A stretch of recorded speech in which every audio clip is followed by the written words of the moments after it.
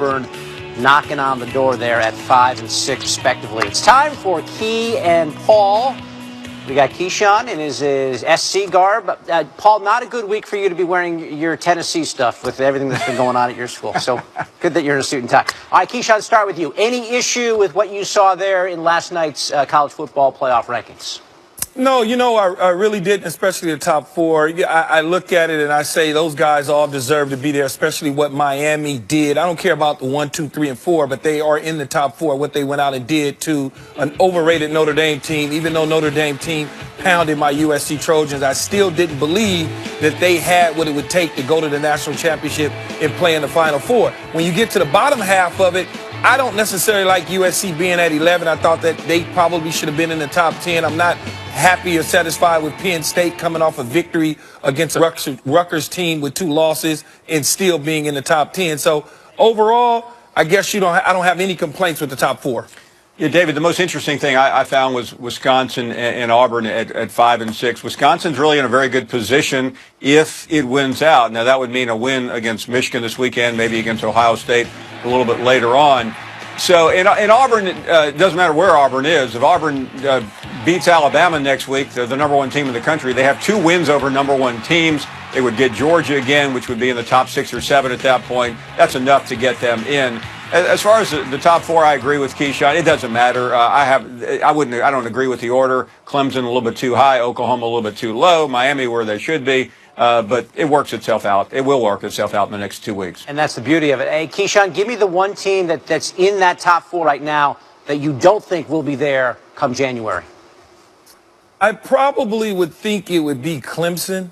I think that they'll play Miami in a championship game, and Miami is steamrolling ahead, and I think Miami will beat them in a championship game because Miami's defense is certainly playing at a very high level when Clemson's offense at times sputters along. Paul? Yeah, I hate to get on the bad side of Miami fans again, but I would take the absolute opposite of that.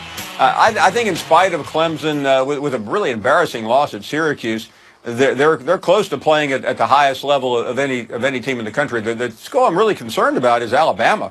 Alabama is beaten up badly. Nobody cares about that, David, because they have 5-star replacements, but they're young.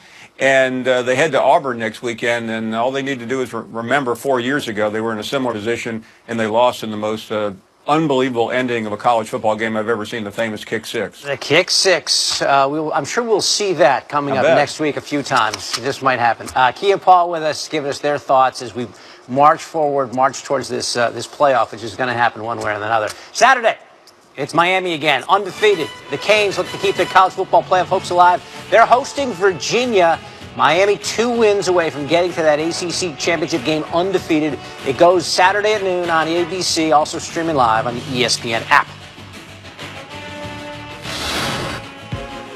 Dak and Wentz, 24-year-old NFC East quarterbacks going at it Sunday for, in reality, just the second time.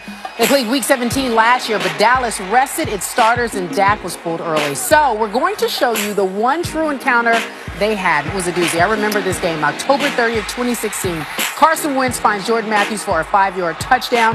Dak Prescott, though, to Des Bryant for a 22-yard touchdown. Let me slow it down. And Dak, my friend, ended it very special. He was able to do something that I hadn't seen him before. Scramble, and there was Witten. That was his first to Jason Witten, and they went on to win that game. I saw Dak really nervous that time, but we'll see what happens this time around. Sal Paolantonio joins us now from Eagles practice to talk about what they're thinking. Sal, the Eagles coming off a bye week. What are players and coaches saying about Carson Wentz's development and progress? Well, they're saying that Carson Wentz's development has been off the charts, and week to week he's getting better and recognizing defenses and getting the team out of bad plays and into good ones. Number 1 red zone offense. Last year they were 24th, and they're doing so well on third down. And Doug Peterson and John DeFilippo and Frank Reich, the offensive coordinator, all talking about the fact that Carson Wentz's ability to get the team into the right situation, dial up the right plays, and make plays, especially especially in the red zone, has been the difference. But you were just talking about that game day before Halloween last year. Now, remember, the Eagles were up 20-13 in that game. And both Doug Peterson today and Carson Wentz talked about the fact that that was a game that got away from them. It was the one that slipped away. Listen to number 11 right here. We let it get away, but at the same time, that was last year. We're a different team. They're a different team, so we're really just focused on this one. But, I think that's just really the thing from this year to last year, just winning in ball games at the end of games, winning close ball games. And the biggest difference, obviously, is last year the Eagles did not have balance in that game, Carey. 44 dropbacks for Carson Wentz, only 24 rushing attempts. This year, the Eagles are averaging 31.5 rushing attempts per game, second best in the National Football League. Also a big difference, linebacker Sean Lee not playing for the Cowboys in this particular game. Last year, as you remember, Carey, Sean Lee led the Cowboys with 11 tackles, 2 of them for a loss, especially on a critical third down play that was a turning point late in the game. Sal Powell, thanks so much for the latest. I do remember that game. That was a close one for Dallas. So they let that slip away. They're moving forward. And speaking of these two quarterbacks, let's do comparisons because that's what we like to do. Both Wentz and Dak have played exactly 25 NFL games and both have thrown exactly 39 touchdowns. Wentz has thrown for more yards, but Dak has thrown fewer picks. I guess it's a wash. While winning more games and posting a better QBR. Should be fun to see these guys go head-to-head. I know who David, my colleague, is rooting for. Meanwhile, speaking of good quarterbacks, I don't know if you guys know this. Who is the one Chicago Bear that Aaron Rodgers says he can't beat? That's interesting. I don't know. But he's going to tell us next on Coach